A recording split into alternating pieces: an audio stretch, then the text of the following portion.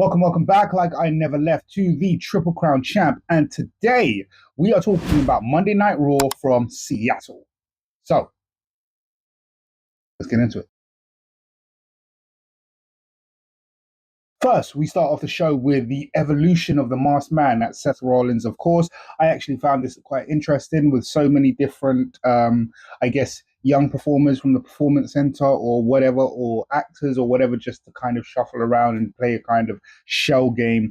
Knowing all the while that one of those masked men were obviously Seth Rollins. In order to do promos, he's keeping it interesting while he's injured and not cleared for competition. I thought that would have worked better if they didn't mention that whatsoever. It's obvious to us who kind of know the business, no injury, that there's no way Seth Rollins could be fit and able to compete at this moment. However, having him on TV when he has the brain to kind of come up with these ideas, because I don't think this was completely a WWE creation. I think this has something to do with him. If we all watched WWE Unreal, we kind of watched him allude to that and talk about the invention of the kind of knee brace and the injury as something he did not come up with, which is not necessarily usual for him. He tries to come up with his own creative angles and then work them in. I think maybe this Masked Man role is probably one of those, one of his. I would say, as far as people call him the architect. There's a reason they call that. Obviously, we can't see that in the business. However, them explaining it to us and then kind of watching behind the scenes interviews, the Seth Rollins wrestling school, the angles that perpetually seem to be great angles that have Seth Rollins in it, it isn't accidental. Statistically, he has to be involved in it somewhere along the lines and have some kind of creativity. There's no way that he'd be given all these great storylines when there are so many wrestlers that they could also be given to. Um, and they have been given to a lot of great wrestlers, but I don't think as many wrestlers had such profound storylines that executed the way Seth Rollins has.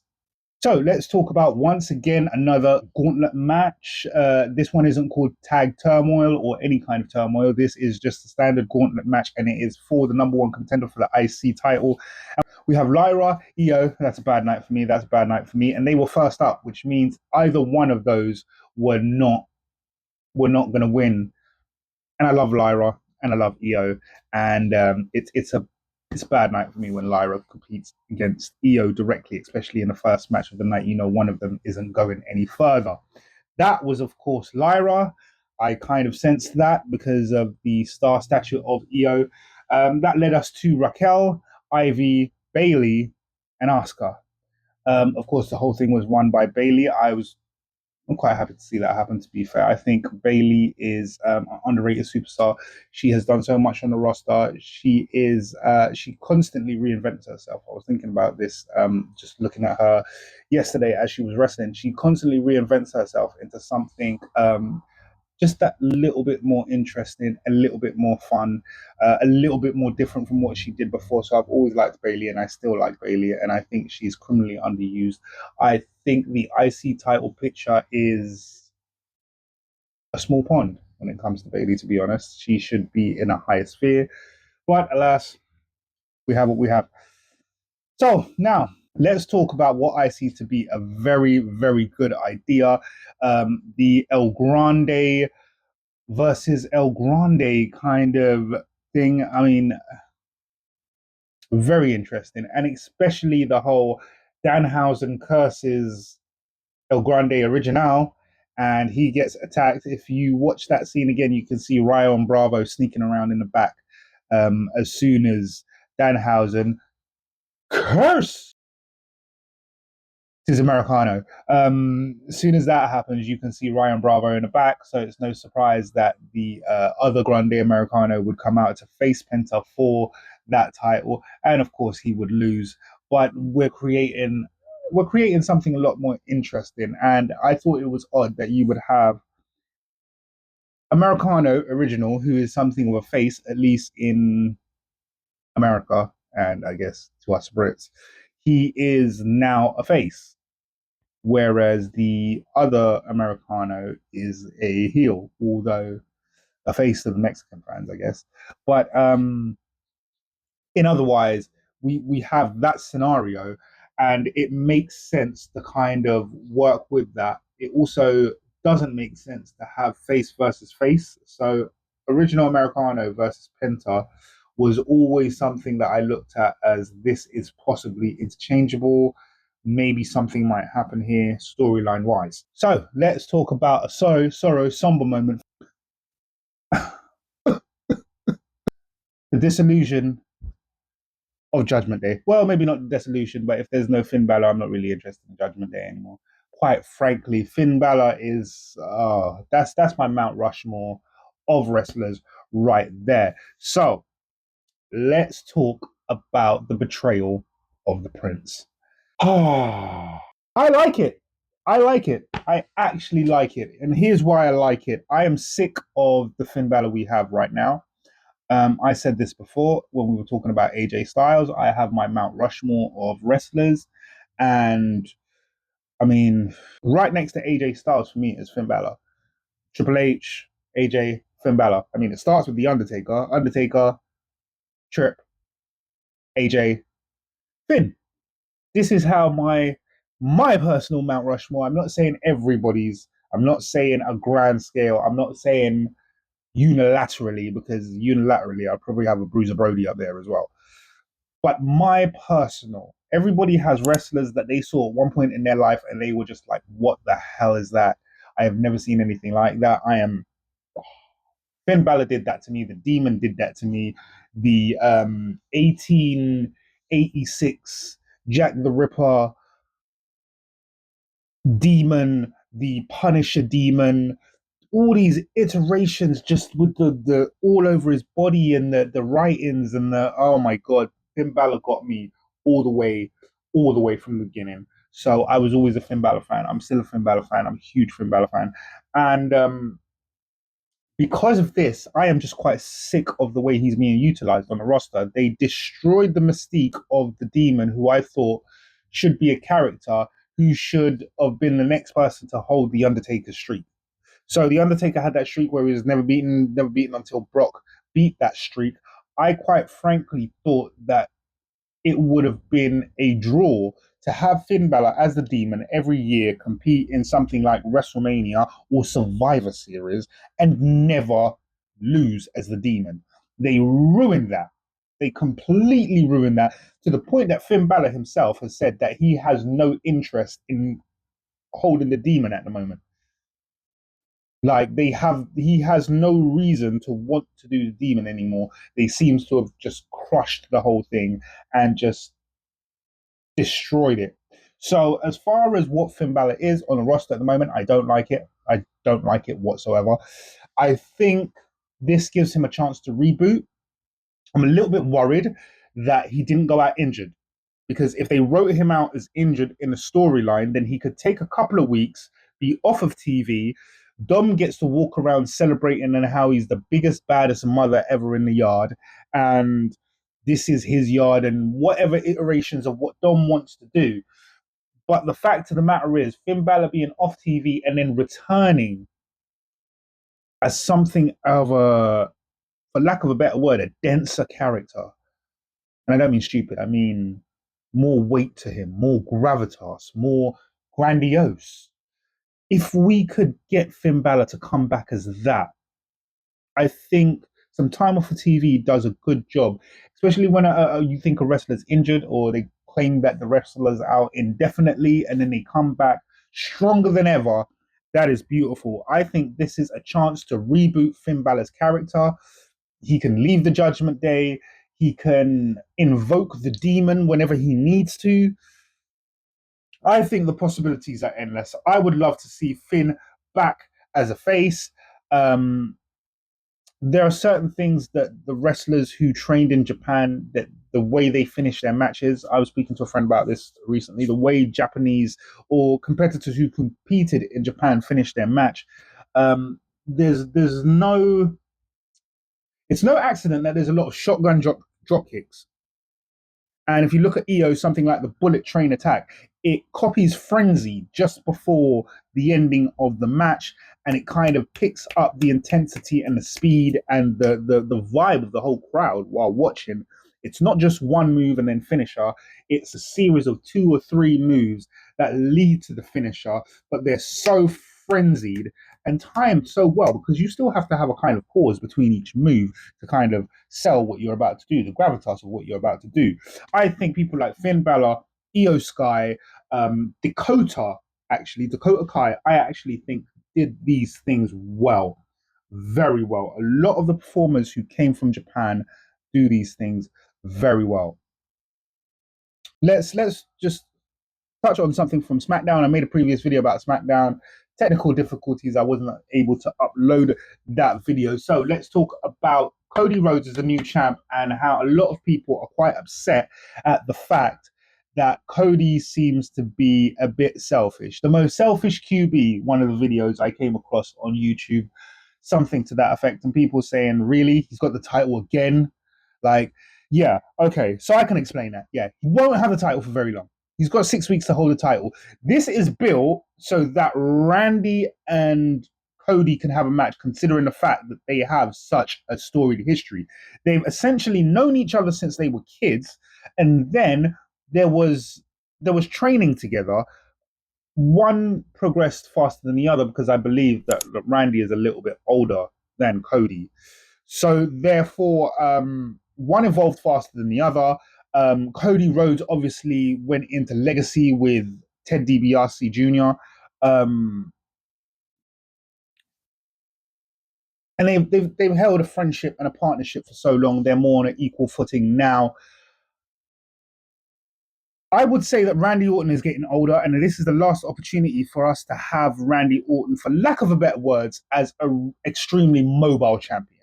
I think he's getting older, and at some point, the body is going to slow down. There's things that the body won't be able to do. I think he's got probably his last 3 or 4 years of being that mobile. You understand what I mean? I think if a lot of you can't understand what I mean, look at R-Truth wrestle now versus R-Truth when he was younger. You can see that the body moves slower, the body puts on a little bit of weight in certain places. He can still do moves, he can still perform extremely well. He's still athletic, still got great timing, but how long will that last? That's what I think. And I think they're putting the belt on Randy Orton because he's going to be historical. He might be the guy who beats John Cena's record, but to do that, they need to put the title on him, what, 3 more times? Something like that. So because of that, he's what, 13 times, something like that, 13, maybe 14. They need to put the title. No, they need to put the title on him 5 more times. Maybe I'm wrong about the number of titles he will hold more than John Cena, but the fact of the matter is he's going to hold that title at least 2 more times, I would think. One in this era where he's still mobile, one where he's not as mobile. And the same counts for The Undertaker. If you watch the last couple of years of Undertaker's career, he just wasn't as mobile as he was before. And that's understandable. Take nothing away from him. He's still the phenom. He's still The Undertaker. But I think Cody's getting to that. I mean, I think Randy's getting to that point at the moment. I think you put the belt on Cody, it means he's 3-time champion. Um, and for every champion, at least every champion who's gone more than about 4 times or 5 times, they have had at least one reign that was 24 hours or a week or 6 weeks or something in very short. Um, so I think that's what we're getting. I think, fear not, for those who feel like Cody's champion again, you are going to get Randy as champion at WrestleMania. It's a done deal. So now let's talk about a match we've been looking forward to, which was Oba versus Rusev. I personally thought the match was a little bit short. It could have been a little bit longer. You could have given a little bit more gravitas to Rusev. We knew Oba was going to win. We've got Brock showing up on Raw next week, so there's a strong possibility that they might be lining Oba up for Brock. Again, I've said I think that's a terrible, terrible idea. I think it doesn't do any of those two wrestlers any justice to compete against each other, especially not at WrestleMania. But yeah, the Rusev match, I thought it could have gone a little bit longer. You always knew Rusev was going to get beat. Um, and I will say this, I've watched Oba throughout all of NXT, throughout his way towards the NXT title, his reign of the NXT title. Um, I watched it all. Um, What I will say about Oba is I have yet to see a wrestler who can dominate him. I've yet to see a wrestler who could dominate him. Um, and there's been some big guys. He's wrestled some really big guys. He wrestled Briggs, and Briggs couldn't dominate him. He dominated Briggs. I always keep forgetting his name every time I do a video. The light skinned brother with the dreads. He's the speed champion. Um, down on NXT. Has all the chains all the time. He is slightly bigger than Oba, and Oba still dominated him. The only person I haven't seen him face so far that's within around the same size is Keanu Carver. Keanu Carver. They kind of missed each other because Keanu Carver's just hit the roster and Oba's just left the roster. So that's NXT I'm talking about. One's just come onto the roster, the other one's just left the roster as the champion, relinquished his title. So they missed each other. But as far as big guys, Oba can fight big guys. Oba can beat big guys. Oba can dominate big guys. So it's not really too much of a stretch to think that he will be doing that. So let's move on to the very end of the show. Because last I see, Obarusa was pretty much the main event. And that's a big deal. That's a big deal. So let's move on to CM Punk's promo. 1 week removed from one of the most incendiary things I've ever heard in a wrestling ring. So let's talk about it. I said this before. I spoke in my last video about Raw about how disrespectful I thought he was, and I still think he's completely disrespectful. What I noticed about CM Punk during that whole segment, when the Usos came to the ring and they needed him to apologize, CM Punk did something that I've come across in my personal life, right? And it's very unique that it should show up in something that is a wrestling ring, something that is kayfabe. It's essentially staged. What I've noticed with certain people, the worst kind of people, I'll be honest, right? Now, understand that the worst kind of people can also be very, very intelligent people. They can be manipulative people. Now, I think all of us have come across the extremely manipulative person in our time and the logic that they use to excuse their own bad behavior. The fact that someone can give an apology, speak for 3 or 4 minutes, and at no point during their statement do you actually hear an apology. As a matter of fact, the apology ends up becoming something more akin to justification for that bad behavior that they did. Oh, I can see how you feel bad about this behavior that I did, but understand that the person I did it to deserved everything, and I did this and I did. You get these people in society.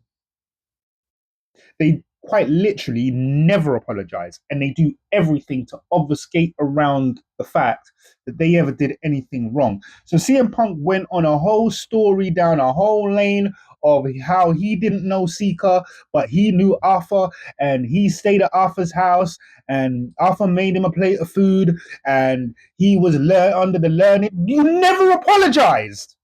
You never apologized for invoking a dead man's name and try to use the dead man to insult the son of the dead man. You never apologized. You never acknowledged your behavior. All you did was try to obfuscate. And somehow I don't understand how CM Punk has so many fans. Keep telling you, the pipe bomb segment, the fact that he keeps getting in fights and arguments everywhere he goes, the beef at AEW, the beef at WWE, they're now telling you that there's still beefs going on in the locker room. Listen, I'll give you a perfect example. That big bald fraud, that big bald fraud. Who is CM Punk talking about? Some of you know already. Right. So he's a big bald fraud, right? But let's rewind the tape.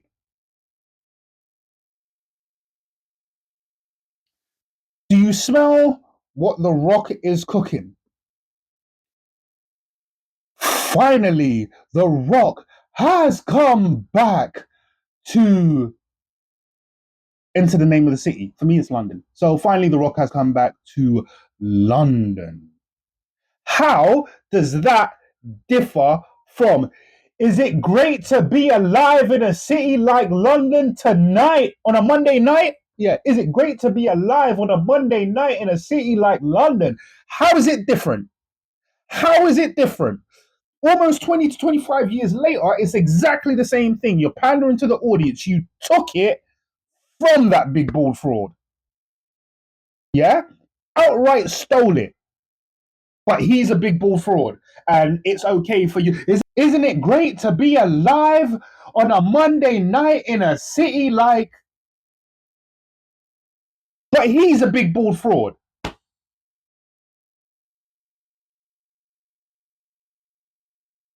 CM Punk is just not good peoples. Period. Some of you out there, and I'm not trying to be accusatory, and I'm not trying to tear any of you down, but some of you lack the ability to see what makes a good person or a bad person a bad person. He's famous. There's a difference. You were told this a very long time ago about CM Punk. You were told by Colt Cabana, and you were told by the Young Bucks, and you were told by Kenny Omega, and you were told by Adam Page, and you were told by so many individuals that this ain't the guy. This ain't the guy. You're glorifying a complete asshole. It's not just the WWE that told you. It's not just AEW that told you. UFC told you. Dana White told you. But no one will seem to listen. This guy just knows how to manipulate. Whole segment, he comes all the way to the end of the segment and still doesn't have an apology. Still doesn't have an apology. I reckon Jimmy should have blasted him for real. It should have been a receipt, and it should have been an absolute shoot. And I knew it was trouble for Punk, because when the Usos music hit, they were the tag team champions. They're the tag team champions. There wasn't a title in sight. They didn't come out with no belts. That was all. You were always going to get smacked in the mouth. Jay got to the ring. There was none of this. There was none of that. They came for business. As they should. Let's bring it down. Let's bring it down. Let's bring it down. Let's bring it down. And let's have joke of the day. Let's bring it down. Let's have a few laughs. Let's have a few chuckles. Let's see what we got for today. And as always, I always got something good for you. You know what I'm saying? Huh?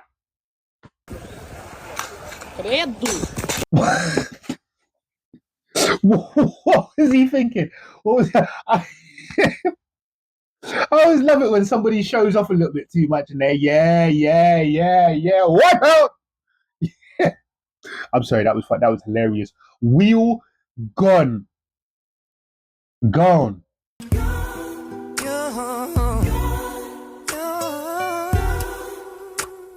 If you like the content, please hit like, subscribe, hit the notification button. It lets you know when I'm uploading next. And until then, I have been the Triple Crown Champ. I'll see you next time.